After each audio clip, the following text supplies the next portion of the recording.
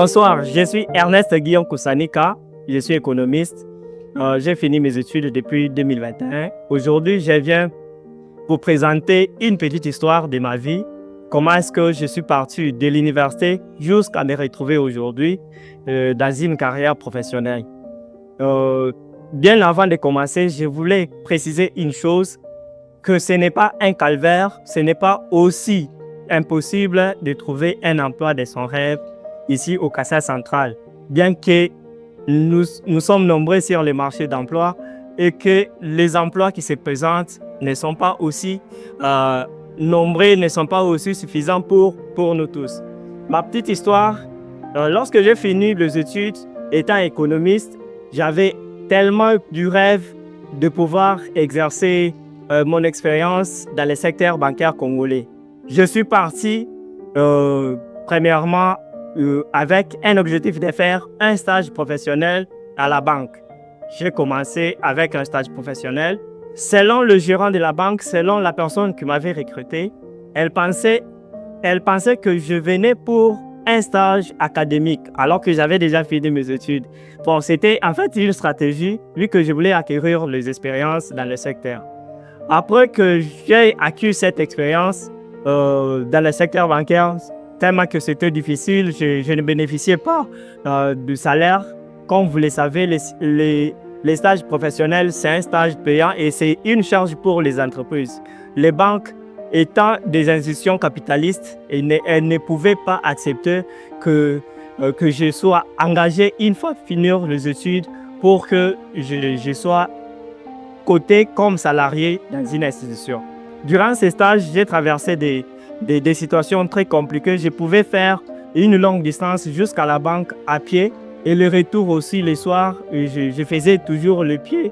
Je n'avais pratiquement rien. Je n'avais pas assez de moyens pour payer ne fût-ce que le transport. Après mon stage, j'ai réuni le courage de pouvoir toquer les entreprises.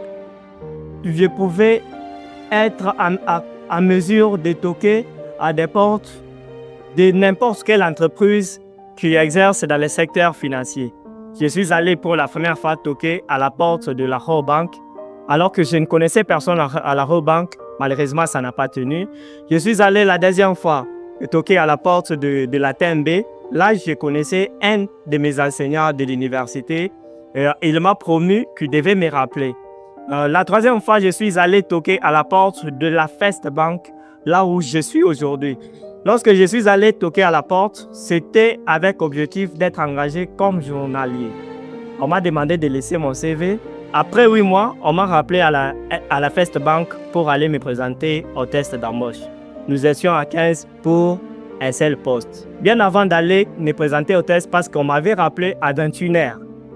Alors que je n'avais pas ce programme, premièrement, je me suis rappelé que je suis économiste de formation. Ça, c'est la première des choses. La deuxième des choses, je me suis rappelé que j'ai effectué un stage professionnel à l'EQT BCDC. Que j'étais dans différents services, notamment à la clientèle et aussi à la caisse. Je me suis aussi rappelé que j'ai effectué un stage à la Banque centrale du Congo. C'était en 3e graduat. Tout ceci a constitué pour moi une motivation et ça m'a donné le courage d'aller me présenter au test. Le matin, avant d'aller me présenter au test, alors que je m'étais déjà bien préparé, j'avais déjà aussi une expérience dans les tests psychotechniques. J'avais beaucoup appris lorsque j'étais chômeur, j'avais beaucoup appris comment résoudre les questionnaires de tests psychotechniques. Le matin, j'ai juste dit un mot à l'Éternel et je lui ai fait une promesse. Donne-moi cet emploi, je te serai fidèle. Là, ma promesse, je la garde. Voilà, lorsque je suis allé me présenter au test, les tests n'étaient pas aussi faciles que tel, mais Dieu a fait grâce. Je suis satisfait à ce test. 3 jours après, on m'a rappelé pour l'interview.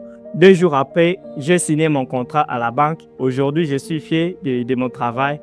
Et au travers de cette petite histoire, je voulais encore rappeler à une personne que c'est encore possible si on est motivé, si on est déterminé, si on a un objectif précis, tout est possible.